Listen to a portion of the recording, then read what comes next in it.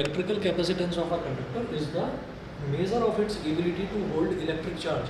तो कोई भी मतलब कंडक्टर जो है उसके अंदर कितनी कैपेबिलिटी है, उसके अंदर कितनी कैपेसिटी है इलेक्ट्रिक चार्ज को स्टोर करने की, हम उसी कैपेबिलिटी को हम कैपेसिटेंस बोल देते हैं। अब देखिएगा, if a charge Q put on an insulated conductor, if a charge cube put on an insulated conductor increases its potential by V, then increases its potential by V का मतलब क्या है कि जब हम कैपेसिटेंस की बात कर रहे हैं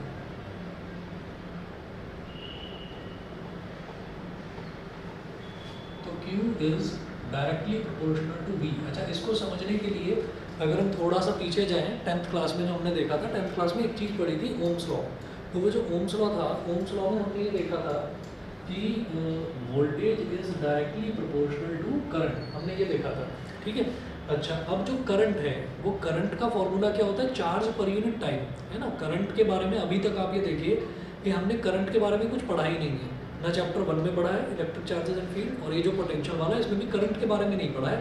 करंट का चैप्टर ही पूरा अलग है, अगला चैप्टर है चैप्टर नंबर 3 करंट इलेक्ट्रिसिटी, तो उसमें पढ़ेंगे। खैर यहाँ पर मैं आपको करंट से कोरिलेट करके बता रहा हूँ क्योंकि हम ओम्स लॉ जानते हैं कि वोल्टेज करंट के डायरेक्टली प्रोपोर्शनल होता है। तो वोल्टेज करंट के डायरेक्टली प्रोपोर्शनल है तो करंट का फॉर्मूला होता है चार्ज अपॉन टाइम। तो यहाँ से मैं सिर्फ इतना भी कह सकता हूँ कि वोल्टेज जो है वो चार्ज के डायरेक्टली प्रोपोर्शनल है, ठीक है। उसी चीज़ को यहाँ पर लिख दिया कि जो चार्ज है that is directly proportional to potential difference, यानी कि वोल्टेज, ठीक। अच्छा, तो अब हमने कहा प्रोपोर्शनलिटी साइन हटाने के लिए इक्वालिटी साइन लगाते हैं और एक प्रोपोर्शनलिटी कांस्टेंट आ जाता है। ये जो प्रोपोर्शनलिटी कांस्टेंट है ना सी, इसी को हम कैपेसिटेंस बोल देते हैं। तो यहाँ पर है the proportionality constant capital C is called the capacitance of the conductor, thus C is equal to Q upon V. तो अगर मैं कैपेसिटेंस निकाल रहा हूँ, मतलब सी निकाल रहा हूँ, तो C is equal to Q upon V, ठीक है। अब जो ये क्यू है इसकी यूनिट क्या होती है, कूलम, और इसकी यूनिट क्या होती है, वोल्ट्स। वोल्टेज की यूनिट क्या होती है, वोल्ट्स। तो जो इसकी एसआई यूनिट हम निकालेंगे, SI unit of C, SI unit of C यानी कि कैपेसिटेंस की एसआई यूनिट क्या हो जाएगी, कूलम पर वोल्ट, ठीक है। कैपेसिटेंस की एसआई यूनिट, ये this C is for capacitance, this C is for coulomb, coulomb पर वोल्ट, कूलम अपॉन वोल्ट, ये हो गया। इसी को हम फैराड बोल देते हैं, FARAD, फैराड, FARAD फैराड ये बोल देते हैं, या फिर सिर्फ इसको ऐसे लिख देते हैं, F लिख देते हैं, ठीक है। तो हाँ, small F, farad small F ये लिखेंगे, ठीक। तो ये हमारा कैपेसिटेंस होता है। कैपेसिटेंस क्या होता है, दोबारा सुनिए, किसी भी इलेक्ट्रिकल कंडक्टर की चार्ज को होल्ड करने की कैपेसिटी इज कॉल्ड कैपेसिटेंस, ठीक है। अब देखिएगा अगला टॉपिक है पेज नंबर 30 पर ही सबसे नीचे की तरफ है, capacitance of an isolated spherical conductor. Isolated spherical conductor का मतलब क्या है कि एक ऐसा कंडक्टर जो कि मतलब जिसका और किसी चीज़ से कोई मतलब नहीं है, बिल्कुल अलग रखा हुआ है, मतलब उसमें और किसी तरीके का कोई इलेक्ट्रिक फील्ड नहीं, कुछ भी नहीं है, आइसोलेटेड स्फेरिकल कंडक्टर। तो consider an isolated spherical conductor of radius capital R, this charge Q is uniformly distributed over its entire surface. तो हमने एक आइसोलेटेड स्फेरिकल कंडक्टर मान लिया और हमने ये कहा कि उसको हमने एक चार्ज दे रखा है क्यू, ठीक है। अब वो जो चार्ज है वो उस स्फेरिकल कंडक्टर में यूनिफॉर्मली डिस्ट्रीब्यूट होगा। हम कहेंगे it can be assumed to be concentrated at the centre of the sphere. तो स्फीयर के केस में हम ये पढ़ चुके हैं कि जो चार्ज होता है, charge is assumed to be concentrated at its centre. ये हमने इलेक्ट्रिक फील्ड में करा था कि जितना भी चार्ज आप देंगे किसी भी ऐसी बॉडी को, किसी भी बॉडी को देंगे तो उसके सेंटर ऑफ मास पर सारा का सारा चार्ज कंसंट्रेट हो जाएगा। तो जब मैं स्फेरिकल कंडक्टर की बात कर रहा हूँ,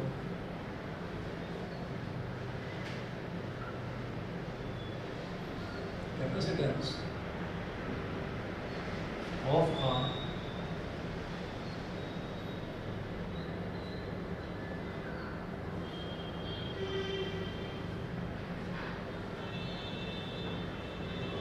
capacitance of a spherical conductor, तो हमने एक स्फेरिकल कंडक्टर ले लिया ऐसे,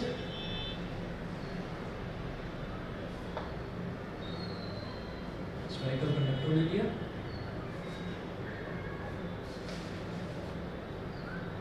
मैंने कहा इस तरीके से जो ये है, ये जो डायरेक्शन है जो हमने एरोस दिखा रखे हैं, ये डायरेक्शन है इलेक्ट्रिक फील्ड का।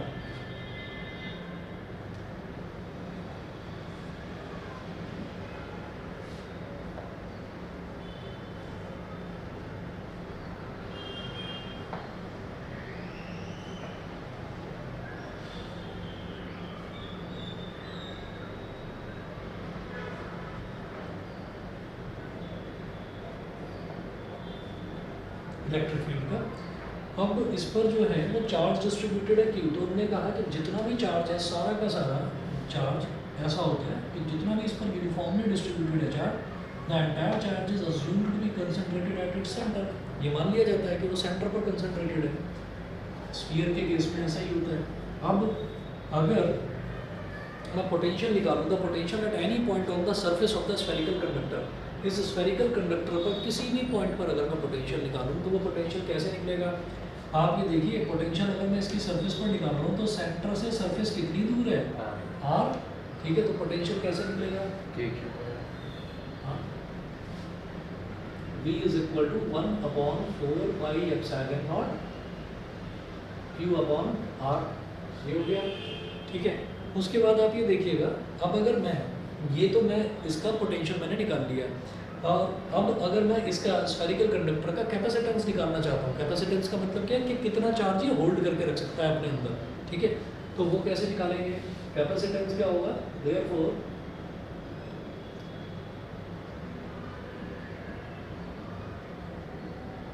its capacitance will be C is equal to Q upon V. C is equal to Q upon V. तो C is equal to Q upon 1/4πε0 Q upon R, ठीक है। तो ये जो डिनोमिनेटर का denominator होता है ये न्यूमरेटर में आ जाता है। C is equal to Q into 4πε0 R, और ये Q रह गया नीचे तो Q से Q कैंसिल आउट हो गया, तो C इज इक्वल टू हो गया 4πε0 R। ये एक स्फेरिकल कंडक्टर का कैपेसिटेंस होता है, ठीक है, 4πε0 R। तो ये आपको सीधा सीधा याद रखना है कि अगर किसी स्फीयर का कैपेसिटेंस निकालने के लिए पूछा जाए, 4πε0 की वैल्यू मेरे को मालूम है 1/9 × 10⁹, क्योंकि 1/4πε0 9 × 10⁹ होता है, तो ये 4πε0 उसका रेसिप्रोकल हो गया। और कैपिटल आर क्या हो गया, उसका रेडियस, स्फेरिकल कंडक्टर का यानी कि स्फीयर का रेडियस, ठीक है। हाँ जी, यहाँ तक क्लियर है, ऑनलाइन वाले बच्चे बता दें, ठीक है। बताइए ध्रुव, कनक, महिमा, वत्सल। Yes sir. ठीक है, अगला टॉपिक देखिएगा, नेक्स्ट टॉपिक है पैरेलल प्लेट कैपेसिटर।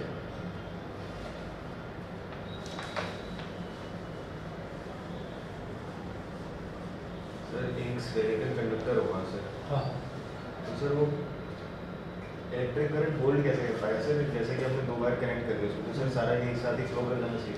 हाँ, वो चार्जेस को होल्ड कर सकता है, इतने चार्ज को वो होल्ड कर सकता है सर।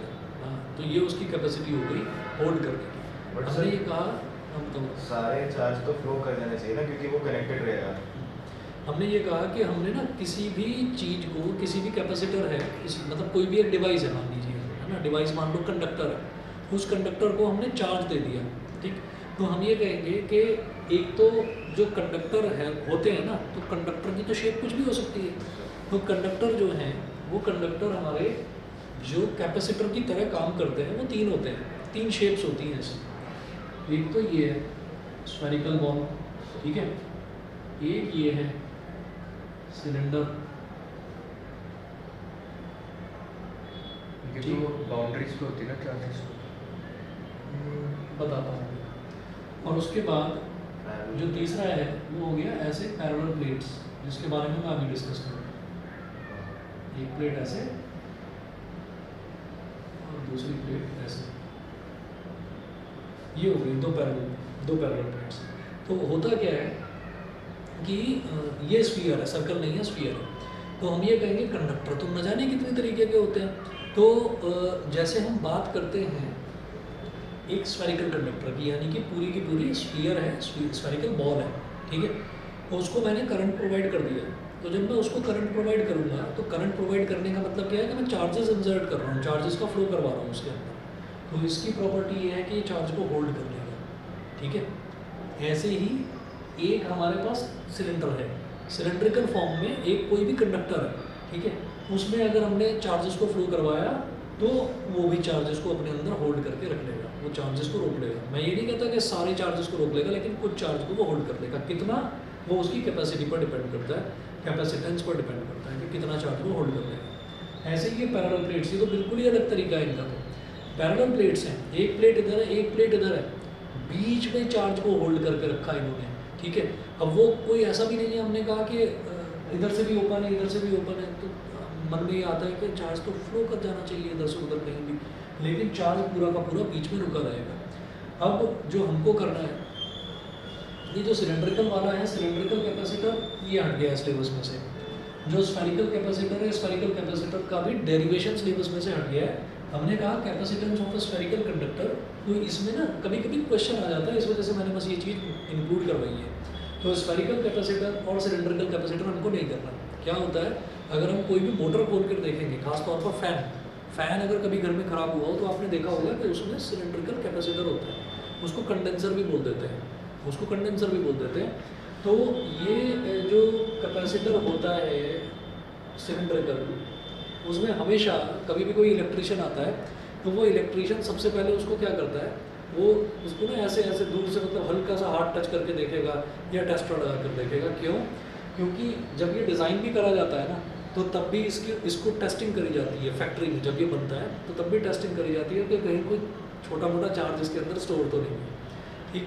तो ऐसा होता है कि इसके अंदर चार्ज जो है वो स्टोर हो जाता है कैपेसिटर के अंदर। तो कभी भी अगर फ़ैन ठीक हो रहा हो और पुराना कैपेसिटर निकाल कर रख दे इलेक्ट्रीशियन, तो एकदम से उसको छू मत लेना, ठीक है। और ख़ास तौर पर दोनों टर्मिनल्स को तो छू ही मत लेना, है ना। दोनों टर्मिनल्स को छू लिया तो इसका मतलब आप तो पूरा आपने मतलब उसको सर्किट कंप्लीट कर दिया, तो झटका लगेगा ही लगेगा। तो इस चीज़ का ध्यान रखना। हालांकि ऐसा नहीं होगा वो कि बहुत ज़्यादा नुकसान पहुंचाए बॉडी को, पर हाँ थोड़ा सा चिपक जरूर जाएगा, क्योंकि डायरेक्ट करंट होगा, उसमें ऑल्टरनेटिव नहीं होगा, डायरेक्ट होगा, ठीक।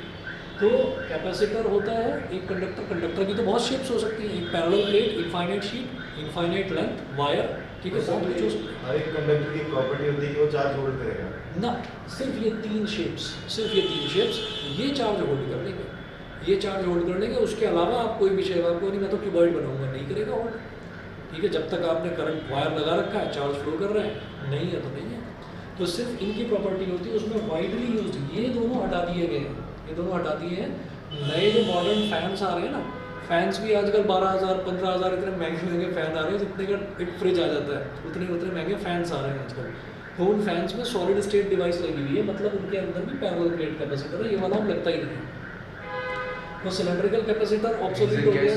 हाँ, रीजन क्या क्यों नहीं लगता? रीज़न यही है कि ये हज़ार्डस होता है, इससे नुकसान हो सकता है किसी भी तरीके का, और ये ज़रूरी भी होता है फैन में लगाने का। इसको कंडेंसर बोला जाता है। कंडेंसर क्यों बोलते हैं? हमने सुना है ना, एक चीज़ होती है इवेपोरेशन, एक चीज़ होती है कंडेंसेशन। तो कंडेंसर मतलब एक किसी गर्म चीज़ को ठंडा करना, ठीक है, वेपर्स को कूल डाउन करके वापस लिक्विड में कन्वर्ट करना, इज कॉल्ड कंडेंसेशन। तो इसको कैपेसिटर को, खासतौर पर सिलेंड्रिकल कैपेसिटर को कंडेंसर इस वजह से बोला जाता है कि फैन की जो मोटर है वो एकदम से इतनी हीटअप ना हो जाए कि वो मेल्ट डाउन हो जाए। तो ये उसको ठंडा करने का काम करता है। आप कहेंगे ठंडा कैसे कर रहे हैं, क्या है इसमें कोई डिवाइस लगी है कूलिंग कोई, मतलब उसको ठंडा करना। ये ऐसा होता है कि जैसे एक पर्टिकुलर जो अंदर मशीन लगी रहती है, एक पर्टिकुलर टेम्परेचर जब पहुंचने लगता है ना, तो वो टेम्परेचर पहुंच कहाँ से रहा है, लगातार जो है, लगातार फ़ैन की जो मोटर है, फ़ैन की मोटर को लगातार आप करंट सप्लाई करवा रहे हैं, चार्जेस का फ्लो एक के पीछे एक आता जा रहा है। एक पर्टिकुलर टेम्परेचर पहुंचा, पर्टिकुलर टेम्परेचर पहुंचने के बाद में क्या होता है कि ये वहाँ से चार्ज लेना बंद कर देता है, क्योंकि ये चार्ज हो चुका है, ये चार्ज हो चुका है। तो अब ये अपना चार्ज उसको देना शुरू करेगा। तो वो जो हीटिंग हो रही थी लगातार, वहाँ से जो चार्जेस फ्लो हो रहे थे उसको रोक दिया, क्योंकि ये क्या करेगा, ये थोड़ा चार्ज लिबरेट करेगा। इसके अंदर लिमिटेड कैपेसिटी है, तो ये उतना ही करेगा, ठीक है ना। और वो चीज़ चलते हुए फ़ैन में हमको समझ में नहीं आती, क्योंकि क्या होता है, चलता हुआ फ़ैन कभी मामूली सी उसकी स्पीड कम होती है, फिर वो वापस स्पीड पकड़ लेता है। अब वो मामूली सी जो स्पीड कम हुई है वो हमको पता नहीं चली। क्यों नहीं पता चली? क्योंकि भाई उसके अंदर इनर्शिया भी है, इनर्शिया भी है। ऐसा नहीं है कि हमने फ़ैन का स्विच ऑफ करा तो फ़ैन ठक से एकदम वहीं रुक गया, घूमता रहेगा, बहुत देर तक घूमता रहेगा। क्यों? वो अपने इनर्शिया की वजह से घूम रहा है। तो उसके अंदर इनर्शिया भी है। थोड़ी देर के लिए, थोड़ी देर मतलब कुछ सेकंड्स के लिए, कुछ सेकंड्स के लिए करंट का फ्लो रुका, करंट का फ्लो रुका तो इस कैपेसिटर के अंदर जो चार्ज था इसने वो चार्ज उसको सप्लाई करना शुरू करा।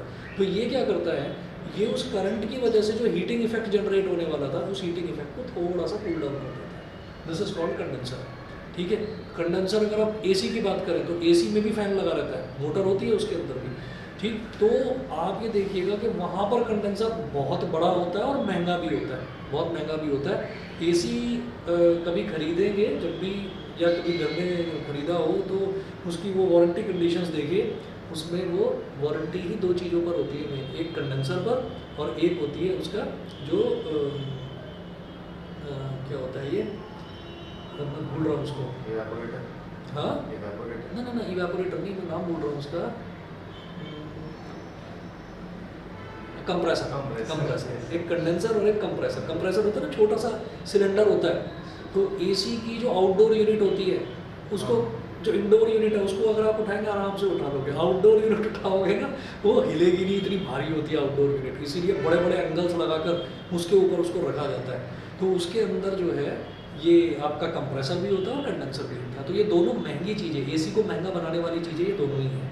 ठीक है, क्योंकि उसको बीच बीच में कूल डाउन करना ज़रूरी होता है, नहीं तो ऐसा ना हो कि उसकी जो डिवाइस है वो पूरी मेल्ट डाउन हो जाए, heating effect of current.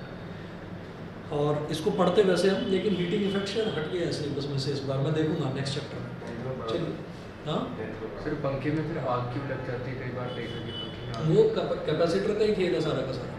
Capacitor का खेल है कि या तो कैपेसिटर ख़राब हो गया है, और अगर कैपेसिटर ख़राब हो गया है, कैपेसिटर ख़राब हो गया तो पंखे की स्पीड कम हो जाती है, पता है, चल नहीं पाता ढंग से पंखा। हाँ। ठीक है, दूसरी चीज़ क्या है कि वो जो आग लगने वाला आप बता रहे हो वो अलग चीज़ है। वो ये है कि जो कॉपर की वायरिंग होती है ना उनके ऊपर बहुत बारीक बारीक ना कोटिंग करी जाती है, कोटिंग करी जाती है। तो वो, हाँ, जो जिसको इंसुलेशन कह देते हैं, वो इंसुलेशन जब धीरे धीरे टाइम के साथ जब है, जब वो ख़राब हो जाता है तो जो वायर्स हैं वो आपस में चिपक जाते हैं। वायर्स का आपस में चिपकना इज कॉल्ड शॉर्ट सर्किटिंग, उसको शॉर्ट सर्किटिंग बोलते हैं। फिर आग लग और आग लगने से ना वो घर तक में भी आग लग जाती है, बड़ा डेंजरस होता है।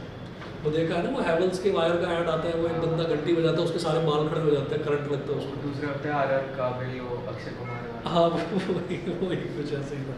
हाँ, RR कार्बन। चलिए देखते हैं और आगे अगला टॉपिक स्टार्ट करते हैं, parallel plate capacitor.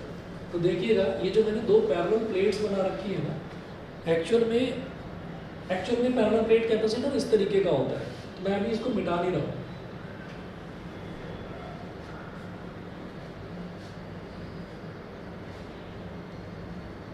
Parallel plate capacitor,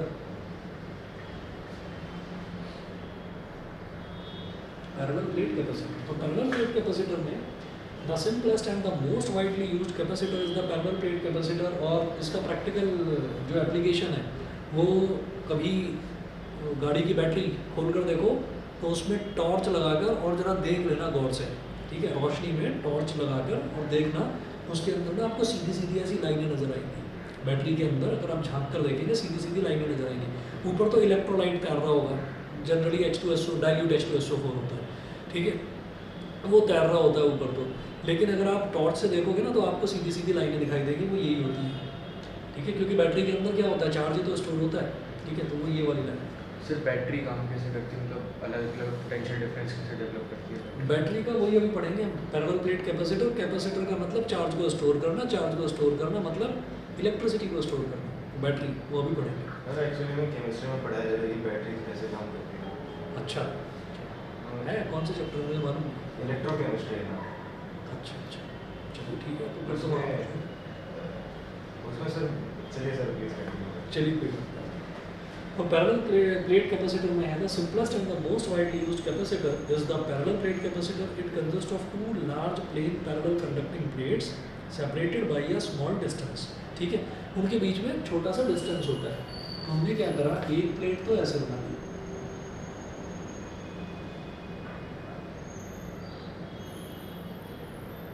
और एक प्लेट ऐसे बना दी, ये 2 प्लेट्स हो गई। हमने कहा कि जो भी ये प्लेट्स होती हैं ना, तो एक प्लेट को हम पॉजिटिव चार्ज सप्लाई करते हैं, एक प्लेट को हम नेगेटिव चार्ज सप्लाई करते हैं। तो ये तो हो गई positively charge plate,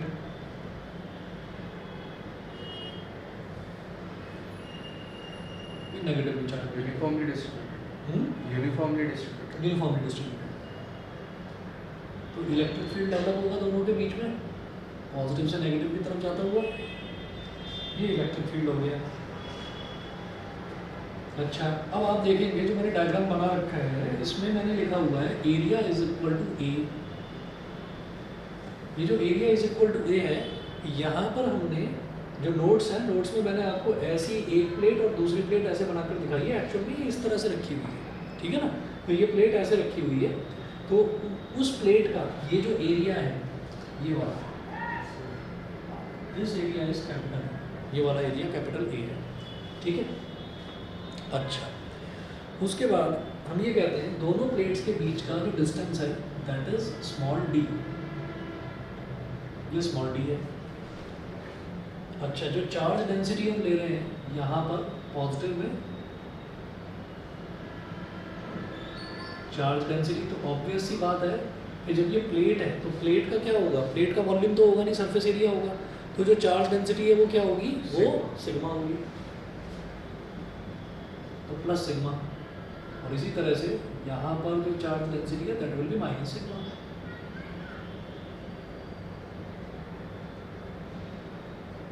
minus sigma. Page number 32 पर आइए। A is equal to area of each plate, D is distance between the two plates, sigma is uniform surface charge densities on the two plates, and A is Q is plus minus Q is total charge on each plate. Page number 32 पर ये mention है। उसके बाद देखिए, in the outer regions above the upper plate and below the lower plate, the electric fields due to the two charged plates cancel out, the net field is 0. हम ये जानते हैं कि कोई एक प्लेट होती है ना, हमने एक सरफेस के लिए इनफाइनाइट शीट के लिए जब हमने निकाला था, इलेक्ट्रिक फील्ड निकाला था, तो वो कितना आया था, सिग्मा अपॉन 2 एप्सिलॉन, ठीक है। तो इस वजह से मैं ये कहूँगा कि ये पॉजिटिवली चार्ज प्लेट है, तो पॉजिटिवली चार्ज प्लेट से इलेक्ट्रिक फील्ड कहाँ जाता है, दूर की तरफ रेडिएट आउट होता है। तो जो बाहर इलेक्ट्रिक फील्ड जा रहा होगा वो ऐसे जा रहा होगा, वो इलेक्ट्रिक फील्ड कितना होगा, सिग्मा अपॉन 2 एप्सिलॉन। ऐसे ही जब मैं इसकी बात करूँगा, नेगेटिव की जब हम बात करेंगे, यहाँ से ये बाहर की तरफ जा रहा होगा। अब जब हम नेगेटिव की बात करेंगे तो नेगेटिव में क्या होगा, नेगेटिव में जो इलेक्ट्रिक फील्ड है वो इस तरीके से आ रहा होगा।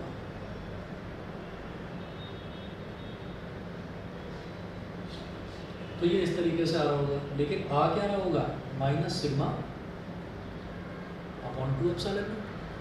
दोनों की डायरेक्शन तो सेम है, ये इलेक्ट्रिक फील्ड इधर जा रहा है, ये इलेक्ट्रिक फील्ड इधर जा रहा है, तो दोनों की डायरेक्शन सेम है। जब दोनों की डायरेक्शन सेम है तो दोनों के दोनों एडअप हो जाएंगे। अब जब दोनों के दोनों एडअप हो जाएंगे तो एडअप होने का मतलब क्या है, कि sigma upon 2 epsilon not minus sigma upon 2 epsilon not cancel out हो जाएगा। तो इसका मतलब जो बाहर की तरफ है, बाहर की तरफ हमारा इलेक्ट्रिक फील्ड कितना हो जाएगा, 0, ठीक है। बताओ भाई ऑनलाइन वालों को क्लियर है कि नहीं, ठीक है। तो बाहर की तरफ अब मतलब अबव द अपर प्लेट और बिलो द लोअर प्लेट, तो ये जो इलेक्ट्रिक फील्ड्स हैं ये दोनों के दोनों कैंसिल आउट हो जाएंगे, ठीक है। उसके बाद हम बात करते हैं in the inner region between the 2 capacitor plates the electric fields due to the 2 charge plates add up, दोनों के दोनों एड अप हो जाएंगे। कैसे, अब वो भी आपको समझ में आ गया होगा। अब दोनों की डायरेक्शन जो है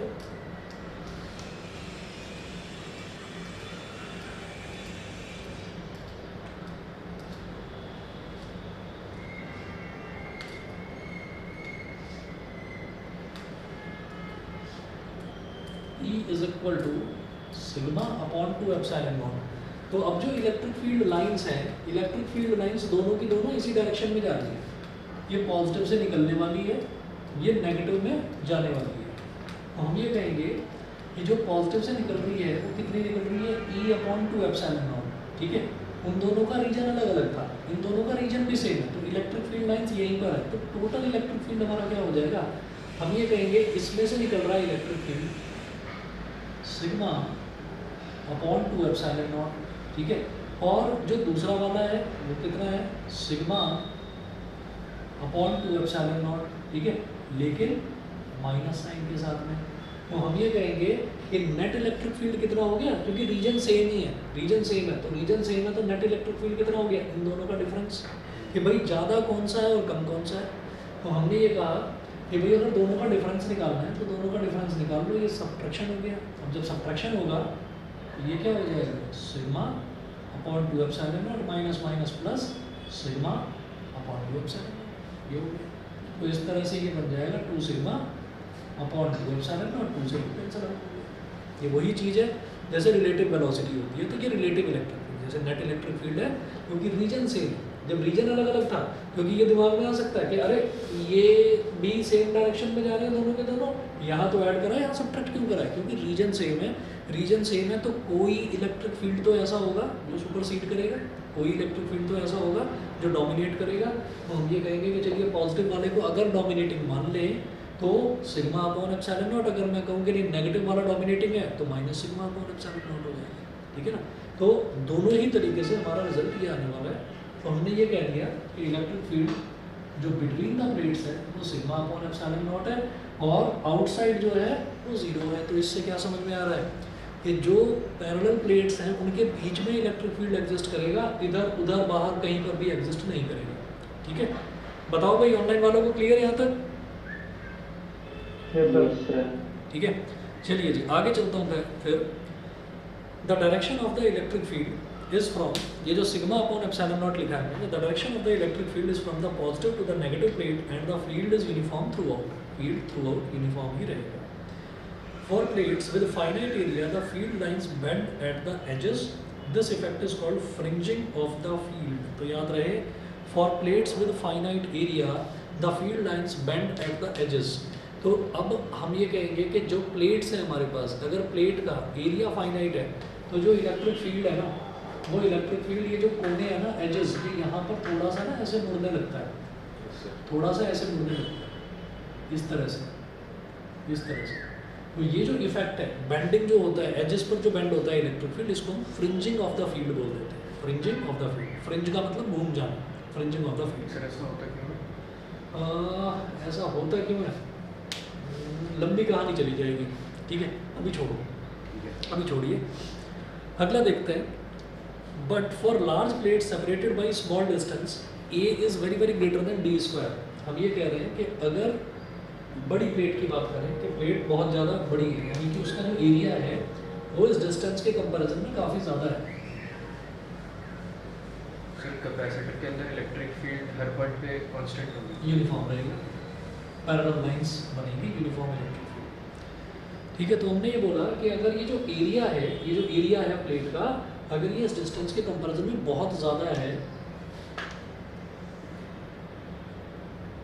डिस्टेंस बहुत कम है, A is very very greater than d square। Distance बहुत कम का मतलब वही मैं जो आपको बता रहा हूँ, बैटरी के अंदर जो प्लेट्स रखी जाती हैं वो आपस में चिपका ही नहीं जाती। अच्छा, तो उसमें क्या होता है कि उसमें ना जो डिस्टेंस है वो बहुत कम होता है, बहुत कम मतलब आपको वो आधे सेंटीमीटर से भी कम डिस्टेंस दिखाई देगा, ऐसे ऐसे ऐसे ऐसे सीधी लाइनें दिखाई देंगी आपको, ठीक है। और वो जो डिस्टेंस है जब हम वो रखेंगे इतना कम कि वो आधे सेंटीमीटर से भी कम है, तो उसको ऐसा यूनिट में कन्वर्ट करेंगे तो डिवाइड बाई 100 होगा, ठीक। तो यानी कि मान लो वो 0.5 सेंटीमीटर है, तो उसको अगर मीटर में कन्वर्ट करेंगे तो क्या बन जाएगा, 0.005 मीटर। अब अगर उसका स्क्वायर करेंगे तो 0. कितना मतलब 4 टाइम्स 0.25 ये हो जाएगा। तो वो वैल्यू और भी ज़्यादा छोटी आएगी। तो अगर कोई वैल्यू डेसिमल में होती है तो उसका स्क्वायर अगर हम करते हैं डेसिमल वैल्यू का, तो वो और भी ज़्यादा छोटा टर्म आता है। तो हमने इसी वजह से कहा कि अगर एरिया इस डिस्टेंस के कंपैरिजन में काफ़ी ज़्यादा है तो डिस्टेंस के स्क्वायर के कंपैरिजन में तो बहुत ही ज़्यादा होगा। तो if area is very very greater than d square, the field is almost uniform in the region far from the edges, ठीक है। तो जो यूनिफॉर्म रहेगा हमेशा, मतलब एजेस से दूर दूर, एजेस पर तो फ्रिंजिंग होती है ना, एजेस से दूर दूर मतलब इधर यूनिफॉर्म रहेगा। अच्छा, तो उस केस में potential difference between the plates, potential difference कैसे निकालेंगे हम, पोटेंशियल डिफरेंस तो V is equal to E into d, ये हम जानते हैं, हमको ये मालूम था ना कि E is equal to minus d v upon d r, ठीक है। तो इसका मतलब नेगेटिव क्यों लगाया जाता है, क्योंकि वो इलेक्ट्रिक फील्ड का डायरेक्शन रिप्रेजेंट करता है, ठीक है, minus d v upon d r. तो आप ये देखिएगा कि इलेक्ट्रिक फील्ड में अगर डिस्टेंस मल्टीप्लाई कर दें ये बीच का, तो मेरे पास क्या आ जाएगा, वोल्टेज आ जाएगा। तो V is equal to E into D, V is equal to E into D. हाँ जी, बीच में जो इलेक्ट्रिक फील्ड है पैरेलल प्लेट कैपेसिटर का, वो हमने निकाल दिया सिग्मा अपॉन एप्सिलॉन नॉट। तो V is equal to sigma upon epsilon naught into D. तो ये V आ गया हमारे पास sigma D upon epsilon naught. उसके बाद हमें पोटेंशियल थोड़ी निकालना था, पोटेंशियल तो निकाल लिया जितना निकालना था। तो कैपेसिटेंस की बात कर रहे हैं, तो कैपेसिटेंस क्या होगा, C is equal to Q upon V, ये फॉर्मूला होता है, Q upon sigma D upon epsilon naught, इसको ऊपर ले जाओ, Q epsilon naught upon sigma d. Q को क्या बोल सकते हैं, सिग्मा इंटू ए। भाई सिग्मा क्या होता है, चार्ज पर यूनिट एरिया, तो Q को क्या बोलेंगे, sigma into A, sigma into A epsilon naught upon sigma D. Sigma से सिग्मा कट गया, तो जो पैरेलल प्लेट कैपेसिटर है उसकी वैल्यू कितनी आती है, epsilon naught A upon d. एक तो एरिया ऑफ द प्लेट पर डिपेंड करता है और distance of separation between the plate उस पर डिपेंड करता है। तो C is equal to epsilon naught A upon d. बोलो भाई, क्लियर, सर बोलो। सर जो कैपेसिटेंस दे रखी है वो चार्ज के डायरेक्टली प्रोपोर्शनल है, तो सर V का क्या काम है, V की नहीं, एक्चुअली कैपेसिटेंस नहीं, जो Q है ना, Q जो है वो वोल्टेज के डायरेक्टली प्रोपोर्शनल है। तो प्रोपोर्शनलिटी कांस्टेंट आया वहाँ पर, से प्रोपोर्शनलिटी साइन हटाने के लिए C आया, ठीक है। मतलब C जो है, C चेंज नहीं होगा। जैसे आपने अच्छा, उन पे इन दोनों पे डिपेंड ही नहीं करता, इन पर डिपेंड ही नहीं कर रहा, वो Q और V, ये Q जो है ये V के डायरेक्टली प्रोपोर्शनल है, तो C ratio तो है, constant C है। यस, C तो कांस्टेंट है। उसके बाद नेक्स्ट टॉपिक करेंगे combination of capacitors in series and parallel. Combination of capacitors in series and parallel.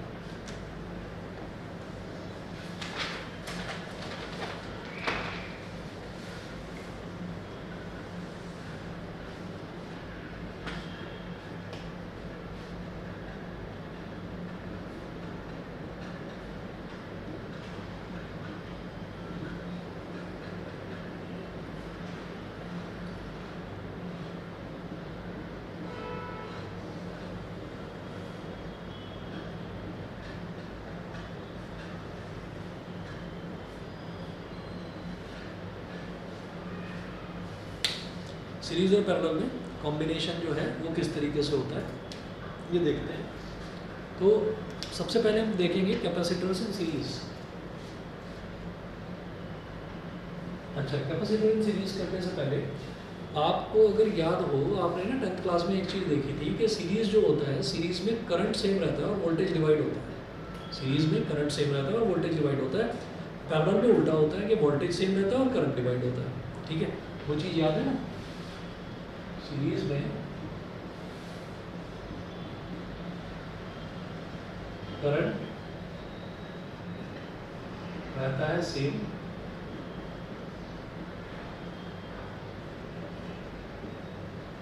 End voltage divides, ये तो सीरीज में हो गया।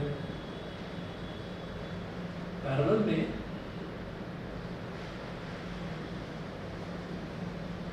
करंट डिवाइड होता है एंड वोल्टेज रिमेन्स सेम। बस एक चीज देख लीजिए कि करंट का मतलब क्या है, चार्ज भी है। ऐसे ही करंट का मतलब चार्ज भी है, समझ गए। क्योंकि अगर मैं करंट की बात कर रहा हूँ, आई की बात कर रहा हूँ, तो आई का मतलब क्या है, क्यू अपॉन टी, है ना। तो टाइम का तो कोई लेना देना नहीं, टाइम को तो कोई रोक नहीं सकता, कोई ज़बरदस्ती बढ़ा नहीं सकता। तो आप ये देखिएगा कि जो चार्ज है, अगर करंट सेम रहेगा तो इसका मतलब चार्ज भी सेम रहेगा, because current is directly proportional to charge. I is equal to Q upon t, current is directly proportional to charge. ये फंडा यूज़ करेंगे हम कैपेसिटर्स में भी। Capacitors in series.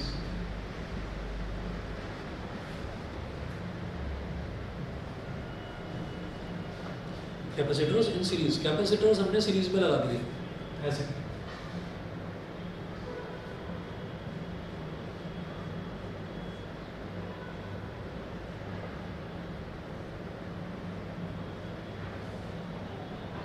Positive negative, ये तो वोल्टेज लगा दिया यहाँ पर, वोल्टेज है इतना, बैटरी लगाई, बैटरी का वोल्टेज है V, ठीक है। फिर सीरीज में लगे हुए हैं वही। सीरीज का मतलब क्या है? सीरीज का मतलब ये है कि वोल्टेज डिवाइड होगा, तो इसमें इस वाले कैपेसिटर में वोल्टेज V1,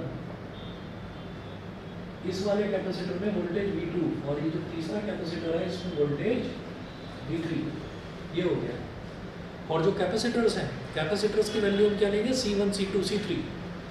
तो इसका कैपेसिटेंस कितना होगा? C1, इसका कैपेसिटेंस कितना होगा? C2, इसका C3। और चार्ज इसमें भी Q, इसमें भी Q और इसमें भी Q। मेरी बात समझ में आ गई? ठीक है। डेफिनेशन फटाफट से समझा देता हूँ। डेफिनेशन वही है कि जब एक के पीछे एक जुड़े रहते हैं ना, तब हम उसको बोल देते हैं कि वो सीरीज में जुड़ रहे हैं। तो when the negative plate of one capacitor is connected to the positive plate of the second and the negative of second to the positive of third and so on, the capacitors are said to be connected in series। तो देखिएगा क्या है कि इसका ये positive plate है और ये नेगेटिव प्लेट है, ये इसका पॉजिटिव, ये नेगेटिव, ये इसका पॉजिटिव, ये नेगेटिव। तो इसका नेगेटिव इसके पॉजिटिव से जुड़ा हुआ है, इसका नेगेटिव इसके पॉजिटिव से जुड़ा हुआ है। तो पहले कैपेसिटर का नेगेटिव प्लेट दूसरे वाले के पॉजिटिव से जुड़ जाए, या दूसरे का नेगेटिव तीसरे वाले के पॉजिटिव से, मतलब एक के पीछे एक जुड़े हुए हैं, तो उनको हम क्या बोलेंगे कि वो सीरीज में कनेक्टेड है। ठीक है। अच्छा, अब बिल्कुल सिंपल सा फंडा,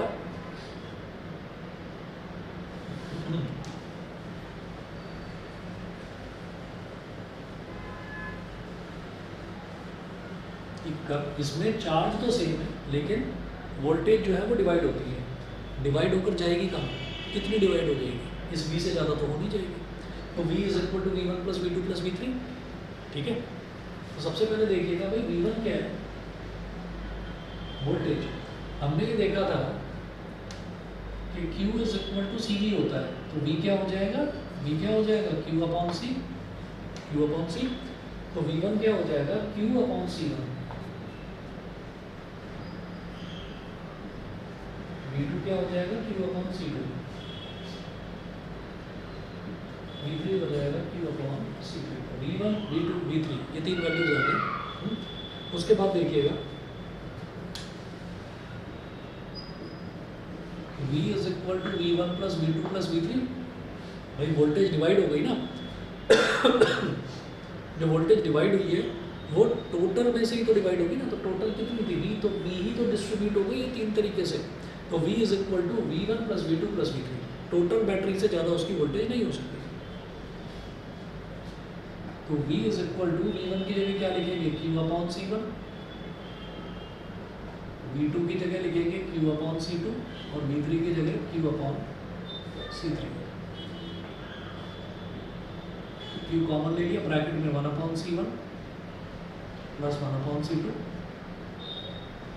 प्लस 1 अपॉन C3। Q को इधर ले आओ, V upon Q is equal to 1 upon C1 plus 1 upon C2 plus 1 upon C3। अभी जो V अपॉन Q है, V अपॉन Q, इसको हम क्या बोल देंगे? देखिए, जब मैं कैपेसिटर की बात करता हूँ तो C क्या होता है? Q upon V। C क्या होता है? Q upon V। अच्छा, मैं सीरीज कनेक्शन की बात कर रहा हूँ तो हम ये CS बोल देंगे इसको, Q अपॉन V को। तो उसका रेसिप्रोकल क्या हो जाएगा? V अपॉन Q क्या हो जाएगा? 1 upon CS is equal to V upon Q। समझ रहे? तो V अपॉन Q की जगह पर मैं क्या लिख दूंगा? 1 upon CS is equal to 1 upon C1 plus 1 upon C2 plus 1 upon C3। ये हो गया तीन कैपेसिटर्स के लिए। अगर n नंबर ऑफ कैपेसिटर्स हैं, 1 upon C1 plus 1 upon C2 plus 1 upon C3 plus dot dot dot 1 upon Cn, ये हो जाएगा। तो ये रिलेशन कैसा हो गया? जैसा आपने पैरेलल में करा था रेसिस्टेंसेस के लिए। ठीक है। तो सीरीज में अगर कैपेसिटर्स जुड़े हुए हैं तो उनका जो रिलेशन है वो ऐसा आता है जैसे पैरेलल में रेसिस्टेंस जुड़े हुए। सीरीज में अगर कैपेसिटर जुड़े हुए हैं तो वो पैरेलल के रेसिस्टेंस वाला रिलेशन आता है। ठीक है भाई, ऑनलाइन वाले बोलो समझ गए? Yes sir. ठीक है यस सर। ठीक है। तो कैपेसिटर्स इन सीरीज ये हुआ, कैपेसिटर्स इन पैरेलल फटाफट करते हैं, वो भी आसान ही है, वो भी हो जाएगा।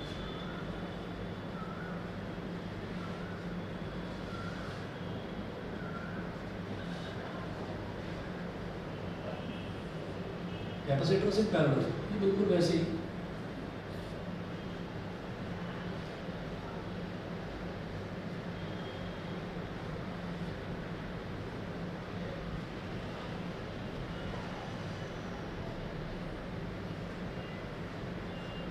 यहाँ पर इसको ज्वाइन करा हमने एक बैटरी के साथ, पॉजिटिव नेगेटिव, और ये भी पहला जो कैपेसिटर है ये C1 वैल्यू इसकी C2 वैल्यू और इसकी C3 वैल्यू। चार्ज जो है, अब क्योंकि मैं पैरेलल की बात कर रहा हूँ तो पैरेलल में चार्ज डिवाइड होगा, तो इस पर चार्ज कितना आएगा Q1, इस पर चार्ज कितना आएगा Q2 और इस पर चार्ज कितना आएगा Q3, Q1 Q2 Q3। लेकिन पैरेलल में वोल्टेज सेम रहेगी। तो जो ये है, ये वाला जो कैपेसिटर है, इसमें भी वोल्टेज V, इसमें भी वोल्टेज V और इसमें भी वोल्टेज V। ठीक है, अब क्या करेंगे, क्या डिवाइड हो रहा है यहाँ पर, चार्ज डिवाइड हो रहा है। तो पूरा जो सर्किट है, पूरे सर्किट का चार्ज Q है, तो जब वो डिवाइड होगा तो वो बिल्कुल उसी तरीके से, जैसे यहाँ पर वोल्टेज डिवाइड हो रहा था सीरीज में, तो हमने वोल्टेज का ही रिलेशन लिया, V is equal to V1 plus V2 plus V3। अब चार्ज डिवाइड हो रहा है तो चार्ज का रिलेशन लेंगे, Q is equal to Q1 plus Q2 plus Q3, ये लेंगे। ठीक है सर, अगर ऐसा होता कि वोल्टेज एक वेक्टर क्वांटिटी होती जब ये पॉसिबल नहीं होता। हाँ हाँ, तब नहीं होता क्योंकि उसका ऊपर डायरेक्शंस हो जाते हैं ना अलग। तो देखिएगा, हम ये कहेंगे यहाँ पर, पहले सबसे पहले यहाँ पर आप वैल्यू निकालो Q1 की, तो Q1 क्या हो जाएगा, C1 इंटू V,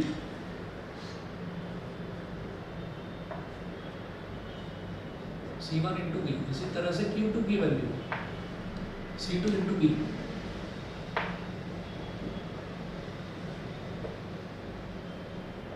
Q3 की वैल्यू C3 इंटू V, ये हो गया। उसके बाद Q is equal to Q1 plus Q2 plus Q3, क्योंकि चार्ज डिवाइड हो जाता है इसमें, तो वो होगा कितना, टोटल चार्ज के बराबर, Q के बराबर C1V plus C2V plus C3V। V ले लो कॉमन, ब्रैकेट में क्या बचा, C1 plus C2 plus C3, V इधर आ गया, Q upon V is equal to C1 plus C2। Q upon V क्या होता है, C का फॉर्मूला होता है, तो Q अपॉन V, Q क्या है, पूरे सिस्टम का, पूरे के पूरे सर्किट का चार्ज Q, पूरे के पूरे सर्किट का वोल्टेज V, तो पूरे सर्किट का कैपेसिटेंस C को बोल देंगे CP, capacitances in parallel. CP is equal to C1 plus C2 plus C3। तो इस तरीके से ये आपका पैरेलल का निकल जाता है। तो ये बिल्कुल ऐसा हो गया जैसे कि रेसिस्टेंस में सीरीज वाला केस था। ठीक है, बस जी इतना कर लीजिए, बाकी नेक्स्ट क्लास में आपको इसके न्यूमेरिकल्स करवा दूँगा। ठीक है, इसके बाद आपका बस एक टॉपिक बचेगा, इसमें एनर्जी वगैरह, रीडिस्ट्रीब्यूशन ऑफ चार्जेस वार्जेस सब हट चुका है। एनर्जी ऑफ अ कैपेसिटर का सिर्फ फॉर्मूला याद करना है, सिलेबस में स्पेशली मेंशन कर रखा है, फिर नो डेरिवेशन, वो नहीं करना आपको। तो सीरीज और पैरेलल कैपेसिटेंसेस करने थे, एक डाइलेक्ट्रिक और पोलराइजेशन, एक वो टॉपिक बचा, बहुत बड़ा टॉपिक नहीं है, तो 2 डेरिवेशन है उसमें की, और एक इसके न्यूमेरिकल्स बचे। ठीक है, तो न्यूमेरिकल्स आपको वही सेम तरीका बिल्कुल वैसे ही लगेंगे जैसे आपने 10th क्लास में रेसिस्टेंस के करे थे, बस रेसिस्टेंस की जगह कैपेसिटेंस आ जाएगा। ठीक है ना, चलिए जी फिर आज इतना ही करते हैं। सर, कैपेसिटर कोई फ्लोइंग करंट में रेजिस्टेंस प्रोवाइड करता है? हाँ, कैपेसिटेंस रेसिस्टेंस प्रोवाइड करता है, ये हम चैप्टर नंबर 7 में पढ़ेंगे। कैपेसिटेंस भी रेसिस्टेंस प्रोवाइड करता है। ठीक है, चलिए जी आज फिर इतना ही करते हैं, बाकी नेक्स्ट क्लास में देखते हैं।